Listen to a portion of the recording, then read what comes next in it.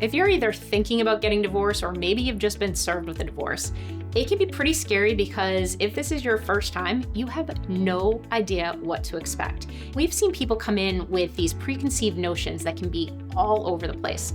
So the worst thing you can probably do is start asking your friends and family what happened in their divorce, because sometimes they don't tell you the truth, and other times you can have two cases that have very similar facts, but maybe they have a different judge, or maybe they're seeing the same judge on a different day.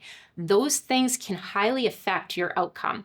So try not to jump on Facebook or social media and start asking, what does the divorce process look like?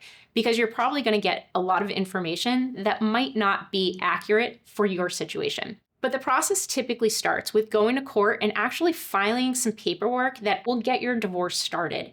And after that happens, the court goes through and they do what we call docketing, which basically just means they accept all the paperwork, they put their stamp on it, and they assign it a judge and a case number. Once they do that, they send the summons back, and the summons is basically the alert to the other side that says, hey, we're going to be getting divorced. And so that process right in and of itself really depends on the courthouse that you're in. We've seen sometimes that can happen incredibly effective, and maybe we have it back within 2 weeks. Other times we've seen it take a couple months. A lot of people come in and they think, okay, we're going to file for divorce and this is going to happen very quickly. Take a deep breath, because there is nothing about the court process that happens quickly. And hopefully we can move things along efficiently for you, but don't get stuck on this needs to happen in a week, because it might not. So once you get that summons back, the other side has to get served. And all that means is that you hire a constable and they go drop off the paperwork with the other side. Now, once that paperwork gets dropped off, you kind of see it like in the movies where they get served and the person goes, oh my God, I'm getting a divorce. It doesn't necessarily need to be that dramatic, but that's the process. Now, I've seen people get hung up on if they get served and now they're the defendant. The defendant is not as in criminal court, where it means you've been alleged with a crime or there's an allegation that you've done something wrong. All that means is you're not the person who filed first. And in family court, I actually don't mind being on the defendant's side, because you get the opportunity to hear what the other side is going to say before you make your own argument to the court. So after that service happens, there's a 20-day period that the defendant has to file an answer. And all the answer is saying whether you agree with what was laid out within the complaint for divorce, and then you can file a counterclaim saying, this is what I want to happen in the divorce. So once that process happens, you go through that litigation process, and it could involve a motion for temporary orders, which is essentially going into court and asking the judge to order something like custody, a parenting schedule, who's paying the bills, who's staying in the home. Those are all things that a judge can order on a temporary basis, so something's put into play during the pendency of the litigation.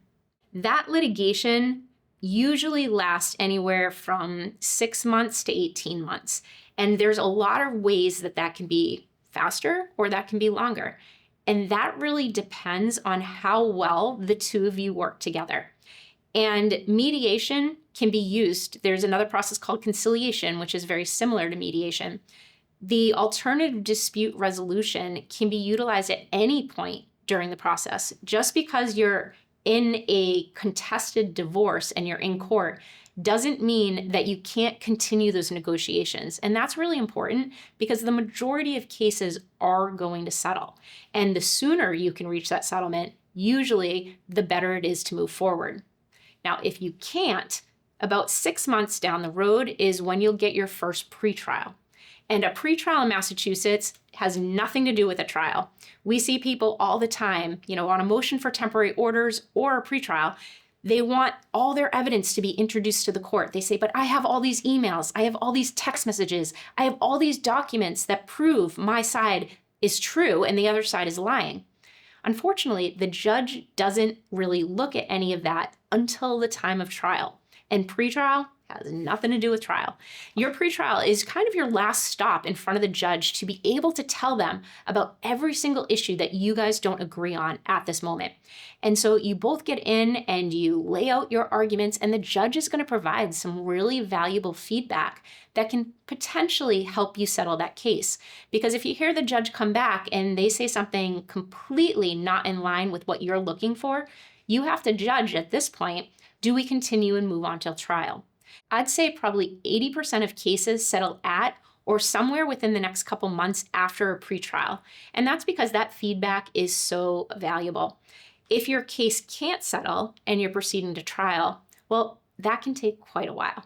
So if you're in the trial litigation route, make sure you step back, make sure your attorney has really looked at discovery and everything that needs to be done to set you up well.